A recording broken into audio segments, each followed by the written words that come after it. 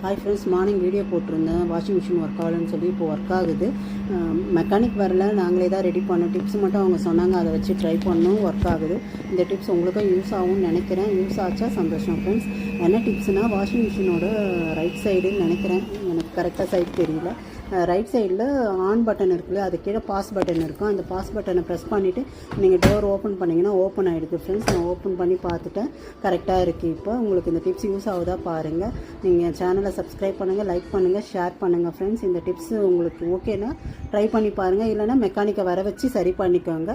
இது ஜஸ்ட்டு அவங்க சொல்லி அனுப்பிச்சதை நான் ஃபாலோ பண்ணேன் ஃப்ரெண்ட்ஸ். Thank you friends.